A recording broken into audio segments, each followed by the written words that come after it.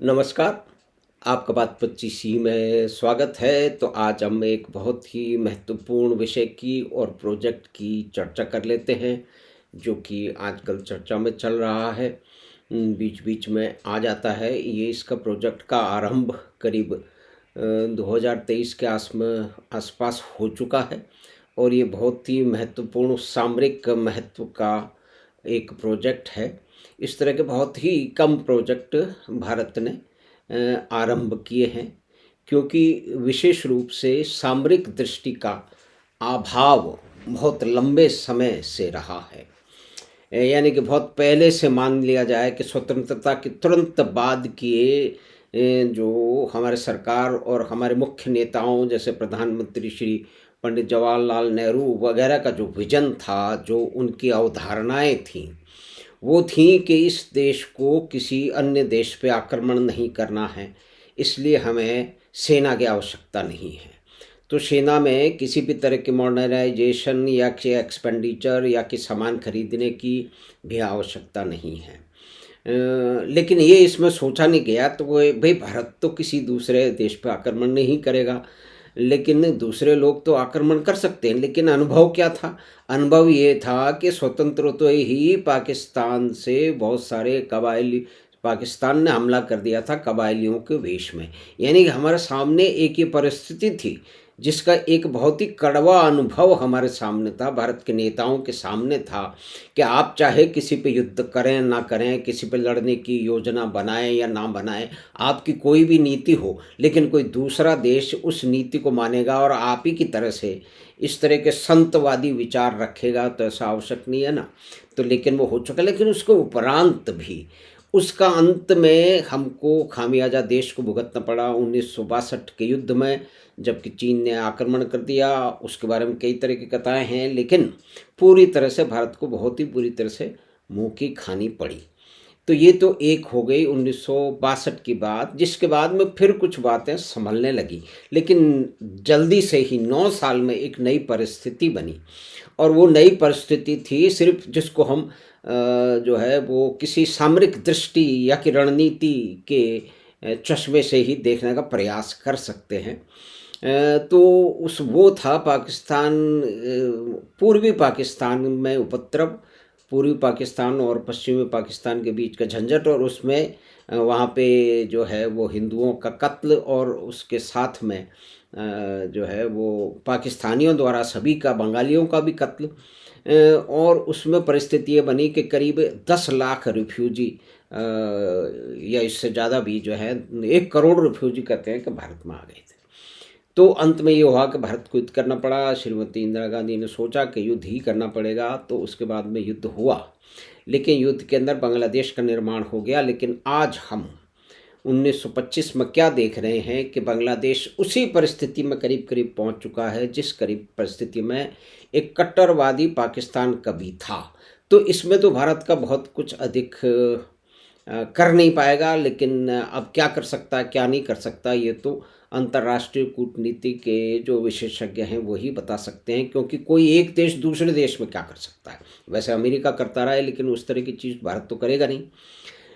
लेकिन 1971 के युद्ध में भारत के करीब 4,000 सैनिक काम आए, 10,000 गंभीर रूप से घायल हुए, और कहते हैं कि देश को कम से कम 2 से 3 बिलियन डॉलर, यानी कि आज की कीमत में कहते हैं कि 6 बिलियन डॉलर का, यदि 8 छक्का 48, मतलब इतने सारे जो है वो लाख करोड़ का हमको जो है वो नुकसान, मतलब हमारी कॉस्ट थी उस युद्ध की, आज की कीमत में। उस समय तो और आज की कीमत लगा लें तो उसी से देखना पड़ेगा ना।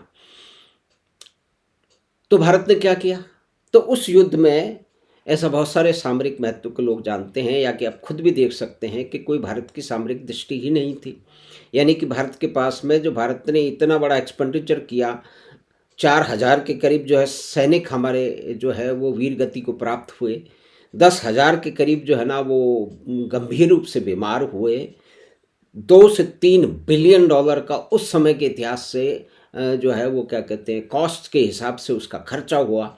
हमने क्या किया? हमने बांग्लादेश ऐसा कैसा दे दिया। हम तो क्योंकि बाबा जी लोग हैं, हमने उनसे कुछ मांगा नहीं, और फिर हमने तो जब शिमला समझौता हुआ तो उनके सारे सैनिक भी जो है ना लौटा दिए, क्योंकि हमको तो अंतर्राष्ट्रीय जिनेवा कानूनों का बहुत बड़ा जो है ना वो मानना था, क्योंकि हम तो दुनिया के सारे कानून मानने के लिए बैठे हैं।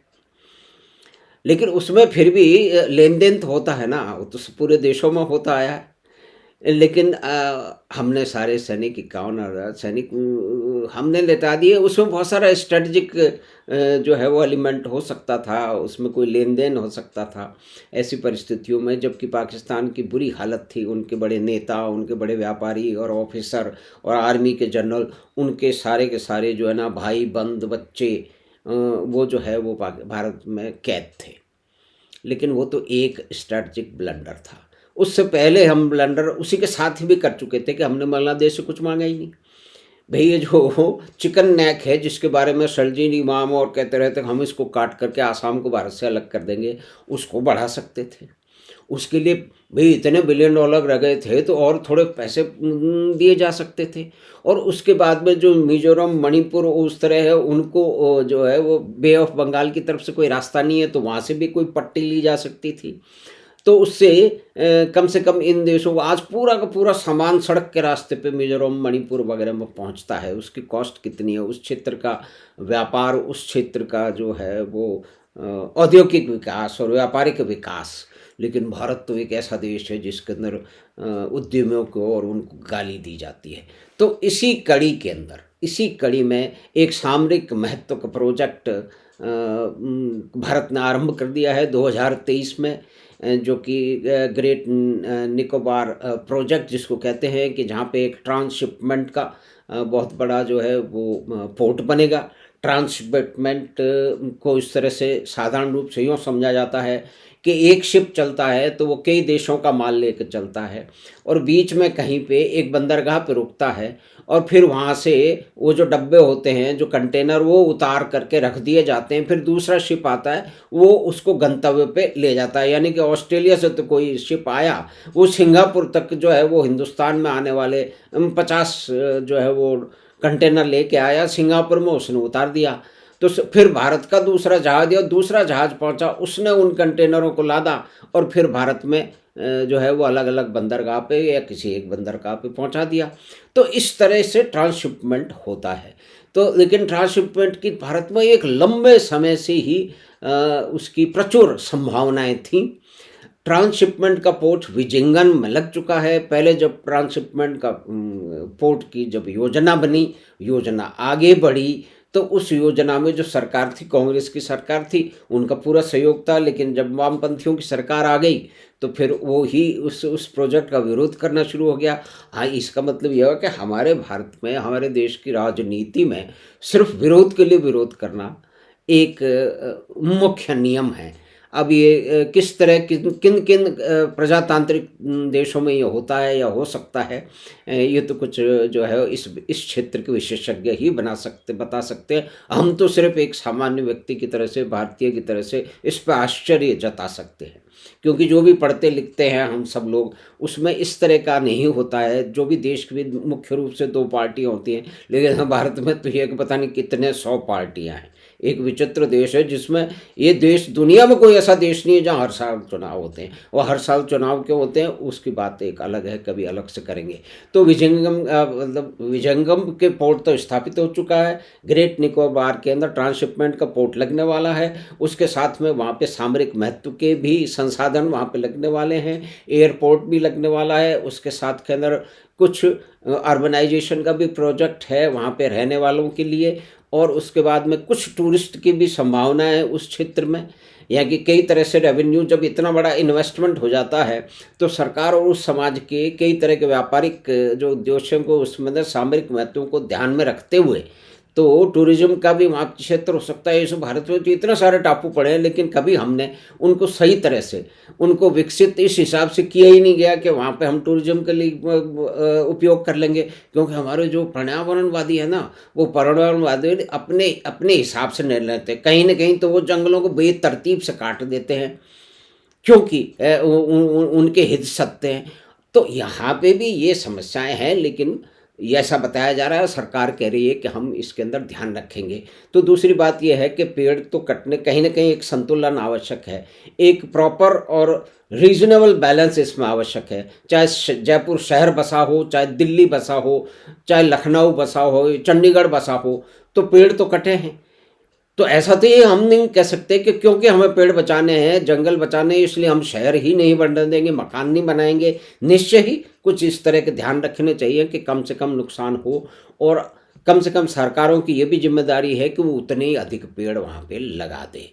लेकिन अब सरकार के तो जैसे तंत्र हैं, यंत्र हैं, वो जिस तरह से करते हैं। लेकिन इस प्रोजेक्ट की स्पेसिफ़िक बात करें तो ये एक बहुत ही महत्वपूर्ण प्रोजेक्ट है। इसके अंदर एक काउंटर बैलेंस भी होगा, क्योंकि किसी भी स्थिति में, किसी एक स्थिति में जिसकी हम कल्पना बहुत ही विचित्र, मतलब विपरीत स्थिति में, कोई सामरिक महत्व यानी किसी देश से कॉन्फ्लिक्ट हो, तो उस समय भारत क्या कर सकता है, क्या नहीं कर सकता है।